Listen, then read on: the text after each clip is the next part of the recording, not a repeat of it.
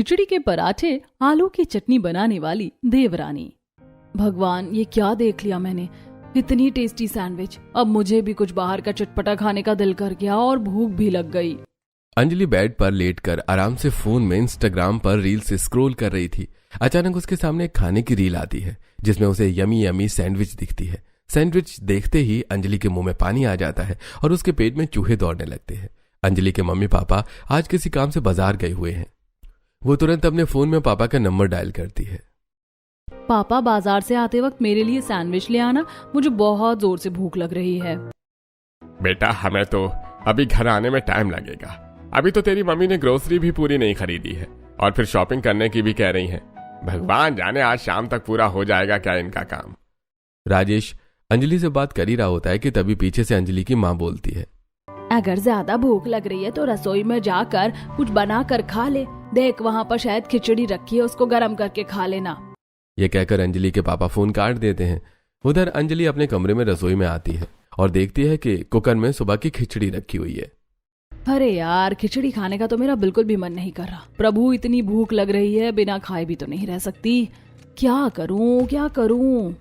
तभी अंजलि के दिमाग में आइडिया आता है, क्यों न खिचड़ी से पराठे बनाए जाएं। बस फिर क्या था, वो लग जाती है कलाकारी करने में। अंजलि पहले बर्तन में आटा छानती है और फिर कुकर वाली खिचड़ी आटे में मिक्स करती है।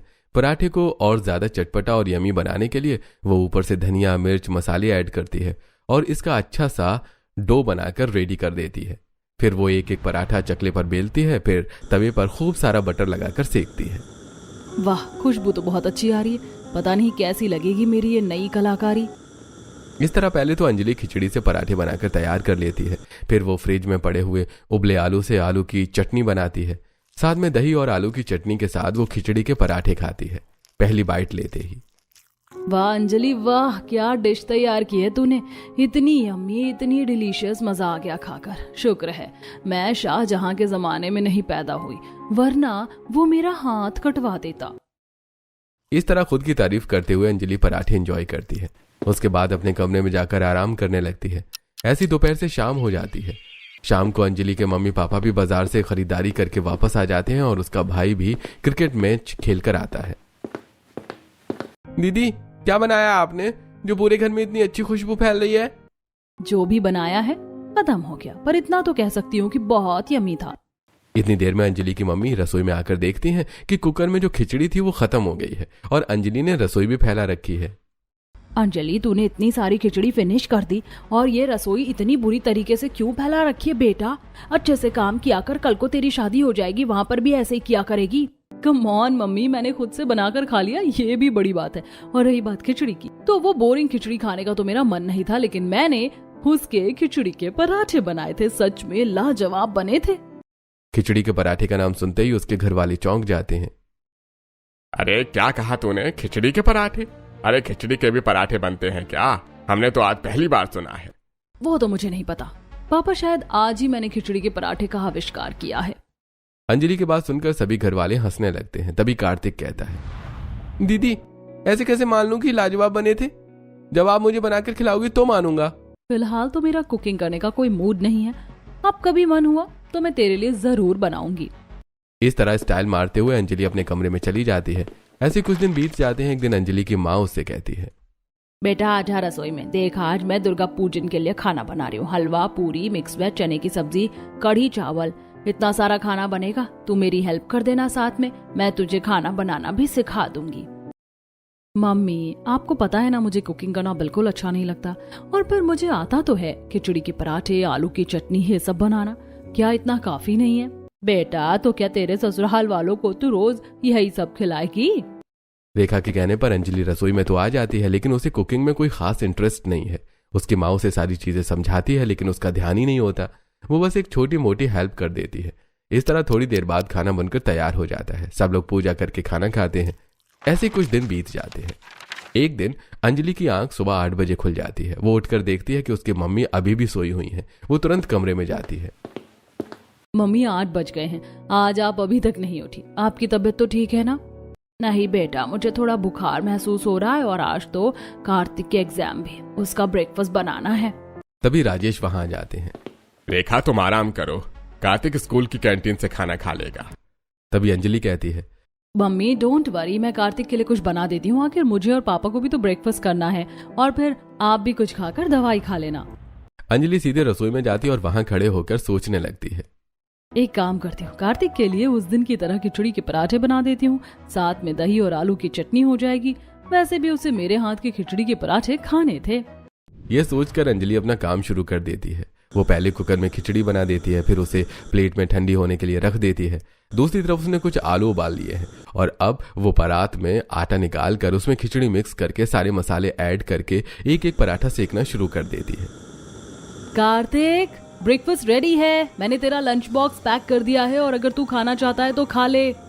नहीं दीदी, मैं ऑलरेडी लेट हो रहा हूँ, आप एक्स्ट्रा पैक कर देना, मैं स्कूल में ही खा लूंगा। अंजलि कार्तिक को एक्स्ट्रा खिचड़ी के पराठे पैक करके दे देती है और साथ में अपनी मम्मी पापा को भी ब्रेकफास्ट कराती है। सब लोग उसके खिचड़ी के पराठों की खूब तारीफ करते हैं। ऐसी सुबह से शाम हो जाती है। जब कार्तिक स्कूल से लौटता है तो वो हॉल में बैठी अंजलि से कहता है, अरे मान गया दीदी, मैं आपको कह रहा था ना, जब तक खिलाओगी नहीं मानूंगा तभी। आपने बोरिंग सी खिचड़ी से कितना लाजवाब नाश्ता बनाया है। मेरे दोस्तों को तो आपके खिचड़ी के पराठे इतने अच्छे लगे कि मुझे खुद ही एक ही मिला। अब तो मान गया ना, तेरी बहन ने खिचड़ी के पराठे का जो आविष्कार किया है वो अब तुम सबकी मनपसंद डिश होने वाली है। अंजलि की बात सुनकर सब लोग हंसने लग जाते हैं। ऐसे कुछ दिन बीत जाते हैं। अंजलि का रिश्ता नितिन नाम के लड़के से पहले ही तय हो चुका है। नितिन के पापा राजेश को फोन करते हैं और शादी की डेट फिक्स करने के लिए कहते हैं।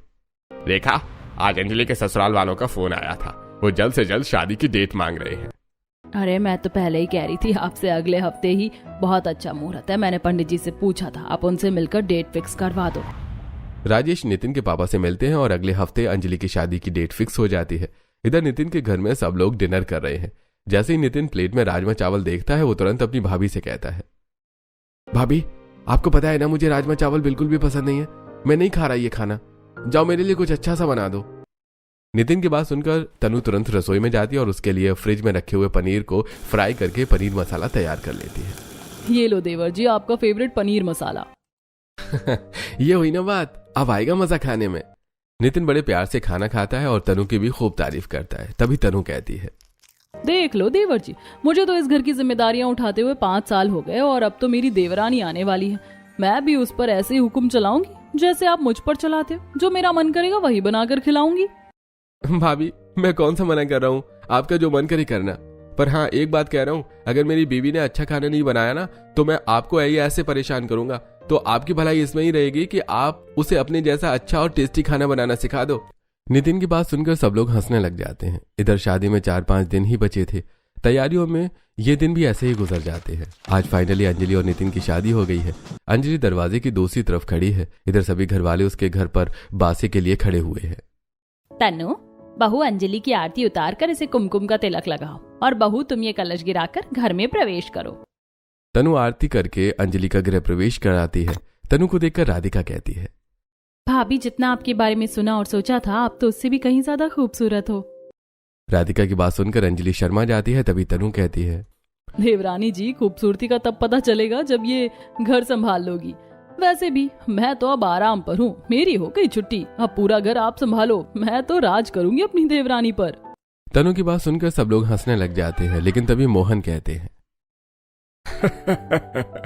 भाई तुम सब लोग भी हद करते हो, दरवाजे पर तुम्हारी बातें खत्म ही नहीं हो रही हैं। अरे पहले बहू को घर के अंदर तो ले आओ, फिर दे देना जिम्मेदारियां। मोहन की बात सुनकर सब हंसने लग जाते हैं। तभी राधिका अंजलि को उसके कमरे तक छोड़कर आती है। शादी की तैयारियों में सब लोग बहुत थक गए थे, इसीलिए सब अपने अपने कमरों में सोने चले जाते हैं। अगले दिन सुबह होती है। अंजलि जल्दी से उठकर तैयार हो जाती है और आईने के सामने बैठकर सोच रही है, यार आज तो मेरी पहली रसोई है, पता नहीं ये लोग किस तरह का खाना खाते हैं। आज इन्हें मेरा खाना पसंद आएगा भी या नहीं, और पहली रसोई में क्या क्या बनाना है मैंने तो ये भी नहीं सोचा है। इतनी देर में नितिन नहाकर बाथरूम से बाहर निकलता है और अंजलि को देखकर बस देखता ही रहता है। कितनी प्यारी लग रही है मेरी पत्नी, मुझे यकीन ही नहीं हो रहा है कि इतनी खूबसूरत मेरी वाइफ है। क्यों, आप में कोई कमी है क्या जो ऐसी बातें कर रहे हो? अंजलि की बात सुनकर नितिन हंसने लगता है। दोनों थोड़ी देर प्यार भरी बातें करते हैं और उसके बाद दोनों एक साथ अपने कमरे में हॉल में आते हैं जहां पर सब लोग बैठे हैं। अंजलि सभी घर वालों का हाथ जोड़कर नमस्ते करती है और अपने सास ससुर के पैर छूती है। मम्मी आज तो मेरी पहली रसोई है ना, दरअसल मुझे नहीं पता कि आप लोगों को क्या क्या पसंद है, तो आप मुझे बता दो मैं बना दूंगी।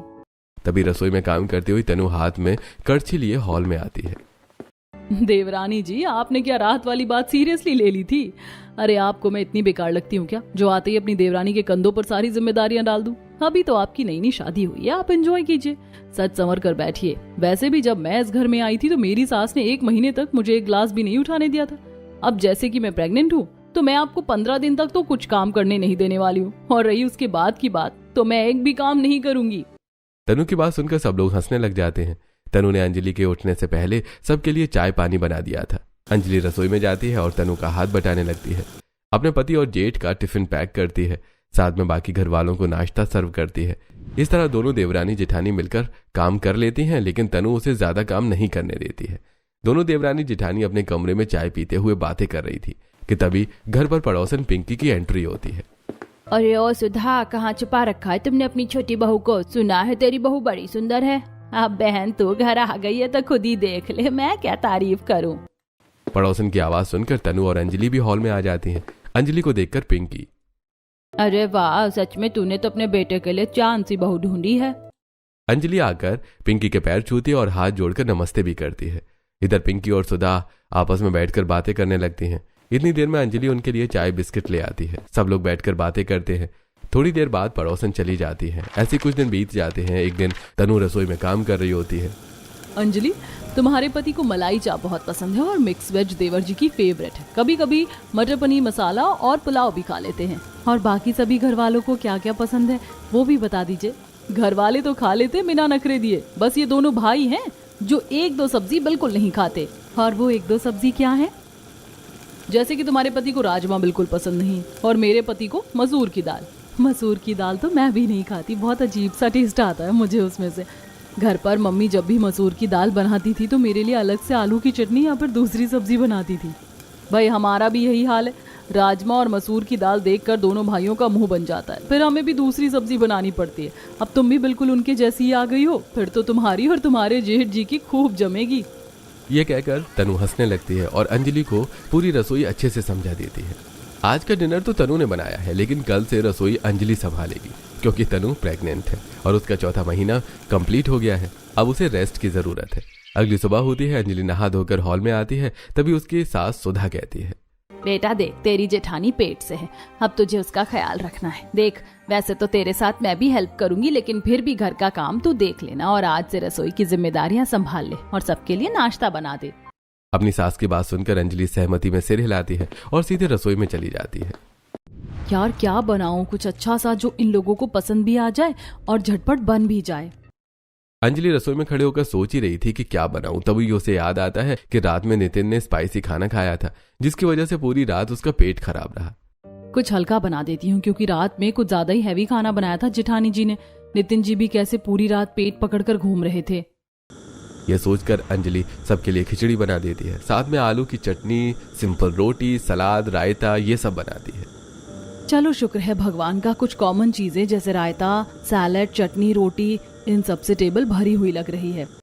अंजलि सारा खाना डाइनिंग टेबल पर रख देती है। सभी लोग खाने बैठते हैं, लेकिन खिचड़ी को देखकर उसकी नंद राधिका कहती है, भाभी कौन बीमार है इस घर में जो आपने खिचड़ी बनाई है? वो क्या है ना, रात में तुम्हारे भैया बार बार वॉशरूम जा रहे थे, स्पाइसी खाने की वजह से इनका पेट खराब हो गया था, तो मैंने सोचा कुछ हल्का बना देती हूँ, क्योंकि आप लोगों ने भी तो वही खाना खाया था। अंजलि चुप हो जाती है। तभी उसकी सास कहती है, बहुत ठीक किया, लेकिन यहाँ कोई खिचड़ी खाना ज्यादा पसंद नहीं करता, तो तू शाम को कुछ और बना लेना। अंजलि का ससुराल बहुत ही सुलझा हुआ है। सभी लोग बहुत समझदार हैं। अंजलि ने ससुराल में पहली बार कुछ बनाया था, इसलिए सब लोग चुपचाप खा लेते हैं। ऐसी शाम होती है। शाम में अंजलि सबके लिए खिचड़ी बना देती है और इस बार भी पूरा परिवार कुछ नहीं कहता। हालांकि उसकी नंद को गुस्सा आता है और वो अपने लिए मैगी बनाकर खाती है। तभी सुधा आती है।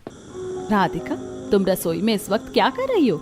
आपकी प्यारी बहू के जो कारनामे हैं, तो हमें रसोई में आकर अपना खाना खुद ही बनाना पड़ेगा ना। इसमें इतनी हैरान क्यों हो रही हैं आप? बेटा वो इस घर में अभी नई है, मैं उसे ज्यादा कुछ नहीं कह सकती। धीरे धीरे वो हमारे रहन सहन में ढल जाएगी, थोड़ा तो एडजस्ट करना पड़ेगा ना, फिर तो वो बनाने लग जाएगी खुद से। अंजलि की सास अंजलि को प्यार से समझाती है कि रोज रोज खिचड़ी न बनाए, लेकिन अंजलि है कि उसके कान पर जूं नहीं रेंगती और लगातार 1 हफ्ते से वो अपने ससुराल वालों को खिचड़ी खिला रही है। एक दिन खिचड़ी को देखकर नितिन को गुस्सा आ जाता है। अंजलि, तुमने हमें बीमार समझ रखा है क्या? अरे माना उस दिन मेरा पेट खराब था, लेकिन 8 दिन से मेरा पेट बिल्कुल ठीक है। दोबारा मुझे इस घर में खिचड़ी नजर ना आई। अंजलि नितिन की बात चुपचाप सुनती रहती है। तभी राधिका बोल पड़ती है, भाभी आपको हम लोग पागल लगते हैं क्या? रोज हमें एक ही तरह का खाना दे रही हो। अरे आप खुद भी बोर नहीं होती क्या ये खिचड़ी खा खा कर? आज अंजलि के ससुराल वाले बस 1-2 चम्मच खिचड़ी खाकर उठ जाते हैं और भरी हुई खिचड़ी का कुकर ऐसे ही बच जाता है। अंजलि रसोई साफ कर रही होती है, तभी तनु वहां आती है। तनु का 6ठा महीना चल रहा है और उसका बेबी बम्प साफ दिखाई दे रहा है। अंजलि, मुझे पता है कि मैं प्रेग्नेंट हूँ और खिचड़ी जैसा पौष्टिक आहार मेरे लिए फायदेमंद है, लेकिन घर वाले तो बिल्कुल ठीक है ना। तुम उन्हें रोज रोज खिचड़ी क्यों खिला रही हो? जेठानी जी, कितना अच्छा खाना है। खिचड़ी पेट के लिए बिल्कुल हल्की रहती है और पोषक तत्वों से भी भरपूर है और साथ में फायदेमंद भी है। हाँ, मैं तुम्हारी बात समझ रही हूँ, लेकिन रोज एक ही खाना खाते खाते इंसान बोर हो जाता है। तुम नहीं होती क्या? ठीक है, आज शाम को मैं कुछ अलग बना दूंगी। तनु अंजलि को समझाती है और अंजलि उसकी बात मान जाती है। शाम होते ही अंजलि डिनर की तैयारी करने लगती है। इतनी सारी खिचड़ी बची हुई है और खाने को वेस्ट करना अच्छी बात नहीं होती। घर वाले खिचड़ी से बोर हो गए हैं, अब मैं इन्हें पराठे खिलाती हूँ। अंजलि सारी खिचड़ी को सूखे आटे में मिलाती है, साथ में स्वाद बढ़ाने के लिए मसाले डालती है और खिचड़ी के पराठे बना देती है। साथ में वो आलू की चटनी भी बनाती है।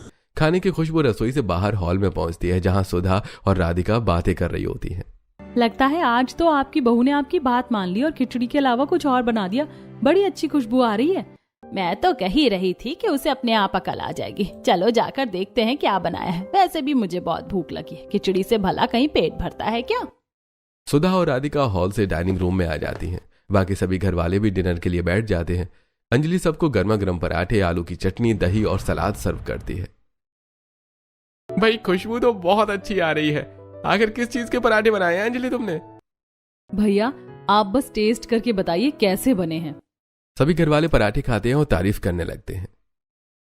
अरे बहू, तुमने तो कमाल कर दिया। जब तुम्हें इतना अच्छा खाना बनाना आता है तो फिर हमें वो बीमारों वाली खिचड़ी क्यों खिला रही थी? मोहन की बात सुनकर सब लोग हंसने लगते हैं। भाभी, सच में लाजवाब पराठे बनाए हैं आपने, और ये आलू की चटनी, इसके साथ तो पराठों का मजा ही आ गया। अपनी तारीफ सुनकर अंजलि बहुत खुश हो जाती है और मन ही मन सोचती है, जिस खिचड़ी को आप लोग नहीं खा रहे थे उसी खिचड़ी को मैंने आप सबको खिला दिया। इस तरह हंसते मुस्कुराते सब लोग खाना खत्म करते हैं और अपने अपने कमरों में सोने चले जाते हैं। अगली सुबह अंजलि फिर से खिचड़ी के पराठे बनाती है। सभी घर वाले प्यार से खाते हैं। अंजलि अपने पति और जेठ के लिए लंच बॉक्स में भी खिचड़ी के पराठे और आलू की चटनी पैक कर देती है। ऑफिस में रोहित के सभी साथी भी पराठे खाकर उसकी तारीफ करते हैं। शाम को रोहित घर आता है तब, अंजलि, तुम्हारे पराठों की तारीफ तो मेरे ऑफिस में भी हो रही थी। मैंने सुबह थोड़े ज्यादा खा लिए थे, इसलिए दोपहर में मेरा मन नहीं हुआ, लेकिन मेरे दोस्तों ने एक भी पराठा नहीं छोड़ा। पूछ रहे थे कि किस चीज के पराठे हैं। यह कहकर रोहित अपने कमरे में चला जाता है और अंजलि खुश हो जाती है। ऐसे कुछ दिन बीत जाते हैं और अब अंजलि तीनों समय खिचड़ी के पराठे बनाने लगती है, जिससे सब लोग बोर हो जाते हैं। आज डिनर के समय राधिका नाराज हो जाती है। भाभी, आप एक ही चीज के पीछे क्यों पड़ जाती हो? पहले आपने हमें लगातार खिचड़ी खिलाई और अब ये पराठे। एक चीज कभी कभी अच्छी लगती है, आपको ये बात समझ क्यों नहीं आती? रहने दो राधिका, इसे कहने का कोई फायदा नहीं है। मैं इसे पहले ही 10 बार कह चुका हूँ और मुझे नहीं खाने ये पराठे। मुझे भी नहीं खाने। चलो कहीं बाहर चलते हैं, आप खुद खा लेना ये पराठे। सभी घर वाले पराठे छोड़कर बाहर खाने के लिए चले जाते हैं। सब लोग एक रेस्टोरेंट में पहुंचते हैं और मेन्यू देखकर राधिका खुश हो जाती है। मैं तो मलाई चाप खाऊंगी और साथ में गार्लिक नान। मेरे लिए मटर पनीर मसाला, और हाँ, पराठे को दूरी रखना। जब से तनु रेस्ट पर है, घर का खाना तो हराम हो गया है। मम्मी, पता नहीं आप लोग कैसी बहू देख कर लाए हो, जिसे 1-2 चीज के अलावा कुछ बनाना ही नहीं आता या फिर बनाना ही नहीं चाहती।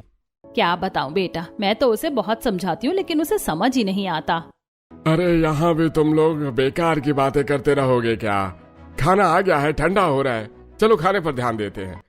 सभी घर वाले खाने को ऐसे देख रहे थे जैसे सदियों बाद उन्होंने अच्छा खाना देखा हो। सब लोग जमकर खाना खाते हैं। ऐसा लग रहा है कि बहुत दिनों बाद जी भर कर खाना खाया है। जब घर पर कुछ अच्छा नहीं मिलता तो ऐसा ही लगेगा ना, लेकिन डोंट वरी, जब तक कि अंजलि खुद नहीं सुधर जाती हम सब लोग बाहर ही खाना खाएंगे। इस तरह सभी लोग बाहर खाना खाकर घर आ जाते हैं। अब घर वालों का व्यवहार अंजलि के लिए बदल जाता है। वो न तो उससे ठीक से बात करते हैं और ना ही उसे किसी काम के लिए कहते हैं। ऐसे 1-2 दिन बीत जाते हैं। अंजलि फिर से खिचड़ी के पराठे और आलू की चटनी बनाती है, लेकिन घर वाले खाना देखते ही उठकर चले जाते हैं और एक बाइट भी नहीं खाते। आप लोग ऐसा क्यों कर रहे हो? ऐसे तो सारा खाना बर्बाद हो रहा है ना। और आप क्यों कर रही हो भाभी हमारे साथ ऐसा? जब हमने आपको बता दिया है कि अब हमें ये पराठे नहीं खाने हैं तो अपने मेन्यू में कुछ बदलाव कीजिए। आपको समझ नहीं आता क्या? आप लोगों को नहीं खाने हैं तो मत खाओ। मुझे तो ये पराठे और आलू की चटनी बहुत अच्छी लगती है, मैं अपने लिए बना लूंगी। अंजलि को इस बात का जरा भी अंदाजा नहीं है कि घरवाले उसका बनाया खाना नहीं खा रहे और खाना बर्बाद हो रहा है। सभी घरवाले रोज बाहर जाकर रेस्टोरेंट से खाना खाते हैं। एक दिन तनु अपने लिए दलिया बना रही थी। वो फिर से अंजलि को समझाने की कोशिश करती है, लेकिन अंजलि पर कोई असर नहीं पड़ता। वो आराम से अपने लिए गर्मा गर्म पराठे बनाकर खा लेती है। ऐसे कुछ दिन बीत जाते हैं। एक दिन सुधा कमरे में परेशान बैठी होती है, तभी तनु वहां आती है। मम्मी जी क्या हुआ आपको? आप बहुत परेशान लग रही हो, आपकी तबीयत तो ठीक है ना? कुछ नहीं बेटा, क्या बताऊं, तबीयत तो ठीक है, लेकिन इस अंजलि ने तो मेरी नाक में दम कर दिया है। मैं सोच रही हूँ कि ये खुद ही समझ जाए। हाँ मम्मी, अंजलि पर किसी बात का कोई फर्क ही नहीं पड़ता। इसे जरा भी अंदाजा नहीं है कि घर वाले खाना खा ही नहीं रहे हैं। मैडम अपने आप में ही खुश है। हाँ बेटा वही तो, क्या करूं मैं इस लड़की का? बेकार में इसके मायके वालों तक बात जाएगी तो रिश्तों में खटास आ जाएगी। हाँ मम्मी आप सही सोच रही हो, लेकिन आप टेंशन मत लो, मेरे पास एक आइडिया है, इससे तो मैं सबक सिखाऊंगी। ये कहकर तनु वहां से चली जाती है और अपनी मामी को फोन करती है।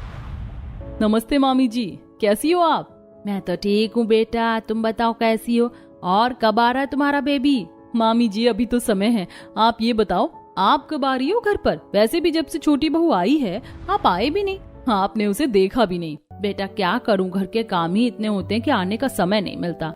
मुझे कुछ नहीं सुनना, इस संडे आप घर पर आ रही हो, बस आ रही हो। ये कहकर तनु फोन रख देती है। ऐसे ही 1-2 दिन बीत जाते हैं और आखिरकार संडे का दिन आ जाता है। मामा मामी अपने पोते के साथ घर पहुंचते हैं। मेहमानों को देखकर सब लोग बहुत खुश हो जाते हैं। सुधा अपने भाई भाभी से गले मिलती है और बैठकर बातें करने लगती है। कहाँ है भाई तुम्हारी छोटी बहू? जैसे ही मामी जी अंजलि के बारे में पूछती हैं, थोड़ी देर में अंजलि सबके लिए चाय नाश्ता लेकर आ जाती है। बहुत ही प्यारी है तुम्हारी छोटी बहू, घर की जिम्मेदारियां भी अच्छे से संभाल रही है ना? इतना सुनते ही तनु बोल पड़ती है। मामी जी पूछो मत, इतने अच्छे से घर संभाला हुआ है अंजलि ने कि मैं तो बेफिक्र हो गई हूँ। वरना मुझे बहुत टेंशन रहती थी कि अगर मैं प्रेगनेंसी में रेस्ट करूंगी तो घर कौन संभालेगा, लेकिन इसके आने से मैं बिल्कुल निश्चिंत हो गई हूँ। अरे वाह, ऐसा ही होना चाहिए। देवरानी जेठानी का तो यही काम होता है, आज ये तुम्हारे काम आ रही है, कल तुम इसके काम आ जाना। हाँ मामी बिल्कुल सही कह रही हो, और इतना अच्छा खाना बनाती है ये कि सब उंगलियां चाटते रह जाते हैं। हर बार नई नई सब्जी बनाती है और सब एक बार में ही खत्म हो जाता है। अरे वाह, इतनी तारीफ हो रही है अंजलि के खाने की, तो फिर आज खाना खाकर ही जाएंगे। बेटा थोड़ा जल्दी बना लेना, हमें जल्दी भी निकलना है। तनु मेहमानों के सामने अंजलि के खाने की इतनी तारीफ कर देती है कि खुद अंजलि भी कंफ्यूज हो जाती है। उधर मामी जी उसके हाथ का खाना खाने के लिए रुक जाती हैं। अंजलि रसोई में जाकर खाना बनाने लगती है, लेकिन उसके मन में सवाल चल रहा होता है। यार जेठानी जी को क्या हो गया? मैंने तो कुछ ऐसा बनाया भी नहीं जिसकी ये लोग इतनी तारीफ कर रहे हैं, और मुझे तो खिचड़ी के पराठे, आलू की चटनी के अलावा कुछ बनाना आता ही नहीं है। लगता है ये लोग उसी की तारीफ कर रहे हैं। काफी देर तक सोच विचार करने के बाद अंजलि खिचड़ी के पराठे और आलू की चटनी बनाने का फैसला करती है और अपने काम में लग जाती है। एक कुकर में वो आलू उबलने रखती है तो वहीं दूसरी कुकर में खिचड़ी चढ़ा देती है। खिचड़ी को ठंडा करके वो आटे में मिक्स करती है और साथ में मसाले डालकर गर्मा गर्म पराठे बनाना शुरू कर देती है। दूसरी तरफ वो आलू मैश करके उसमें मसाले डालकर चटनी तैयार कर लेती है। अंजलि सारा खाना डाइनिंग टेबल पर लगाती है। खाना तैयार है, आप लोग गर्मा गर्म खा लो वरना ठंडा हो जाएगा। जैसे ही सब लोग खाने बैठते हैं और गोलू पहली बाइट लेता है, वो तुरंत मुंह से निकाल देता है। छे कितना गंदा खाना है दादी, इसमें चावल भरे हुए, मैं चावल नहीं खाता। बेटा ये तो पराठा है, इसमें चावल कैसे हो सकते हैं? लो मैं खिलाती हूँ तुम्हें चटनी के साथ। जैसे ही पूनम दूसरी बाइट खिलाने के लिए पराठे का टुकड़ा तोड़ती है, उसमें से चावल बाहर निकल आते हैं। दरअसल आज जल्दबाजी और घबराहट की वजह से अंजलि से खिचड़ी ठीक से नहीं बनी थी, इसलिए पराठों में चावल साफ नजर आ रहे थे। यह क्या भाभी, तुम्हारी बहू ने तो चावल के पराठे बना दिए, और चावल भी कच्चे हैं। ऐसा आधा कच्चा खाना कौन बनाता है? और चावल के पराठे तो मैंने पहली बार सुने। नहीं ऐसा कैसे हो सकता है, मेरी बहू तो बहुत अच्छे पराठे बनाती है। पूनम पराठे की एक बाइट खाती है और तुरंत मुंह से बाहर निकाल देती है। सच में बहुत बुरा खाना बनाया है। अरे तन्नू, तुम तो इसकी इतनी तारीफ कर रही थी जैसे 5 स्टार होटल की मास्टर शेफ हो, और यहाँ तो हालत ही खराब है। अगर मुझे पता होता कि इतना खराब खाना बनेगा तो मैं कभी रुकती ही नहीं। मामी जी को बहुत गुस्सा आता है। उन्हें लगता है कि उन्हें जबरदस्ती बुलाकर उनकी बेइज्जती करी गई है। तुम्हारी शादी को 6 महीने हो गए, क्या तुम अपने ससुराल वालों को अब तक यही खिचड़ी के पराठे खिला रही हो? तुम्हारी माँ ने तुम्हें कुछ बनाना नहीं सिखाया क्या? पूनम अंजलि को डांटती है और अंजलि चुपचाप सब सुनती रहती है। थोड़ी देर बाद मेहमान चले जाते हैं। अब सभी घर वाले अंजलि पर गुस्सा होते हैं। बहू, तुमने तो मेहमानों के सामने हमारी नाक कटवा दी। अरे तुम्हारी सास ने कभी तुम्हें कुछ नहीं कहा और तुमने इसका गलत फायदा उठाया। अंजलि बहू, तुम्हें ऐसा नहीं करना चाहिए था। कम से कम मेहमानों के सामने तो कुछ अच्छा बना लेती। अंजलि चुपचाप सबकी बातें सुनती है और रोने लगती है। मैं कुछ अच्छा कैसे बनाती जब मुझे कुछ बनाना ही नहीं आता? मुझे बस खिचड़ी बनानी आती है। और आप लोग जो पराठे खा रहे थे वो खिचड़ी के पराठे थे। मुझे खिचड़ी के पराठे और आलू की चटनी के अलावा कुछ बनाना नहीं आता। अंजलि की बात सुनकर सभी घर वाले हैरान रह जाते हैं और कुछ को हंसी भी आ जाती है। तो बहू, तो हमें रोज जो पराठे खिला रही थी वो खिचड़ी के पराठे थे? हाँ, एक बार सबको अच्छे लगे थे इसीलिए मैं वही बनाती रही। अंजलि, पराठे तो अच्छे थे, लेकिन कमी ये थी कि तुम रोज रोज एक ही चीज खिला रही थी। रोज अगर कोई शाही पनीर भी खाए तो उससे भी इंसान बोर हो जाता है। तो मैं क्या करूं जब मुझे कुछ बनाना ही नहीं आता? सब लोग अंजलि की बात पर हंसने लगते हैं। बेटा, ये बात तुम मुझे पहले दिन ही बता सकती थी। मैं तुम्हें प्यार से सारा खाना बनाना सिखा देती। तुम बेकार में सबकी बातें सुनती रही। मम्मी, मुझे लगा आप सब लोग मेरा मजाक उड़ाओगे और मैंने देखा कि सासें बहुत बुरी होती हैं, बहुओं को घर से निकाल देती हैं अगर उन्हें खाना बनाना नहीं आता। तो बेटा, इतने दिन में तुम्हें ये समझ नहीं आया कि मैं उन सब से अलग हूँ? हाँ, अब समझ आ गया। हाँ, प्लीज मुझे खाना बनाना सिखा दो। मैं वादा करती हूँ अब अलग अलग अच्छा खाना बनाऊंगी, सबकी पसंद का। ये सुनकर सब लोग हंसने लगते हैं। देवरानी जी, जिम्मेदारी देने से पहले मैंने भी आपको सिखाने की कोशिश की थी, लेकिन आप तो तब भी फोन में लगी रहती थी। मम्मी भी सिखाती थी, लेकिन मुझे बचपन से ही कुकिंग में कोई इंटरेस्ट नहीं था, इसीलिए मैं ध्यान नहीं देती थी। लेकिन अब समझ आ गया कि ये कितना जरूरी है। कोई बात नहीं बेटा, गलती का एहसास हो गया वही काफी है। अब मैं तुम्हें खुद अच्छे से खाना बनाना सिखाऊंगी। आज का दिन तो ऐसे ही गुजर जाता है। डिनर का समय हो रहा होता है, लेकिन खाने में फिर वही खिचड़ी के पराठे बने होते हैं जो किसी को पसंद नहीं है। भाई, दोनों सास बहू अपनी कुकिंग क्लासेस कल से शुरू कर लेना। फिलहाल तो मुझे बहुत जोर से भूख लगी है यार। चलो बाहर खाना खाकर आते हैं। मैं भी चलूंगी। आप लोग मेरे बिना ही बाहर खाना खाकर आ जाते हो हर बार। क्योंकि मेरी प्यारी भाभी, आप हमें घर पर खिचड़ी के पराठे ही खिलाती हो और हमारे मना करने पर भी बार बार यही पकवान बनाती हो, तो हमें लगा कि आपको ज्यादा पसंद होंगे, इसीलिए आपके बिना ही बाहर जाकर खाना खा रहे थे, लेकिन शौक में नहीं, मजबूरी में। अब नितिन गाड़ी निकालता है और सब लोग बाहर खाना खाने के लिए चले जाते हैं। सभी अपनी अपनी पसंद का खाना ऑर्डर करते हैं और खाना खाकर घर वापस आ जाते हैं। रात काफी हो चुकी होती है। सब अपने अपने कमरे में जाकर सो जाते हैं। अगली सुबह सुधा अंजलि को खाना बनाना सिखाना शुरू करती है। 4-5 दिनों में अंजलि काफी कुछ सीख जाती है। आज पहली बार अंजलि अकेले रसोई में खाना बना रही थी और बाहर सभी घर वाले इंतजार कर रहे होते हैं। और कितना इंतजार करना पड़ेगा यार, कितना टाइम लग रहा है आज खाना बनाने में। वैसे खुशबू तो अच्छी आ रही है। सही कहते हैं बड़े बड़े लोग, इंतजार का फल मीठा होता है। देखते हैं आज क्या बना है। रोहित की बात सुनकर सब लोग हंसने लग जाते हैं। तभी राधिका कहती है, हाँ भैया, सही कह रहे हो आप। मुझे भी बहुत भूख लग रही है। अब और सब्र नहीं हो रहा। मेरे पेट में तो चूहे दौड़ रहे हैं। खुशबू तो बहुत अच्छी आ रही है। कहीं खिचड़ी के पराठे का नया वर्जन तो नहीं बना दिया? ये सुनकर सभी हंसने लगते हैं। थोड़ी देर में अंजलि एक एक करके सारा खाना डाइनिंग टेबल पर लगा देती है। आज उसने मीठे में खीर और सूजी का हलवा बनाया है। अपने पति की पसंद की मलाई चाप, अपनी सास की पसंद के दम आलू, अपनी नंद की पसंद का व्हाइट सॉस पास्ता और बाकी सभी की पसंद के कई व्यंजन बनाए हैं। इतना सारा खाना देखकर तनु खुश हो जाती है। वाह अंजलि, तूने तो मुझे भी पीछे छोड़ दिया। क्या लाजवाब खाना बनाया। मम्मी जी, 4-5 दिन में ही आपने तो इसे परफेक्ट बना दिया। वैसे अंजलि, तुम्हें पता है, मैंने अपनी पहली रसोई में बहुत सारी चीजें बनाई थी, लेकिन आज तूने तो कमाल कर दिया। सब लोग अंजलि के हाथ का बना खाना खाते हैं और सच में आज अंजलि ने बहुत स्वादिष्ट खाना बनाया होता है। सबको खाना बहुत पसंद आता है। खाने के बाद मोहन अपनी जेब से 11,000 रुपए निकालते हैं। बहू, पहली रसोई में तो तुमने हमें खिचड़ी खिलाई थी और उसके बाद तो हम तुम्हें शगुन देना ही भूल गए थे। तो ये लो, ये तुम्हारी पहली रसोई का शगुन। मोहन की बात सुनकर सब लोग हंसने लगते हैं। इस तरह पूरा परिवार एक साथ बैठकर खाना खाता है और सभी बहुत खुश होते हैं।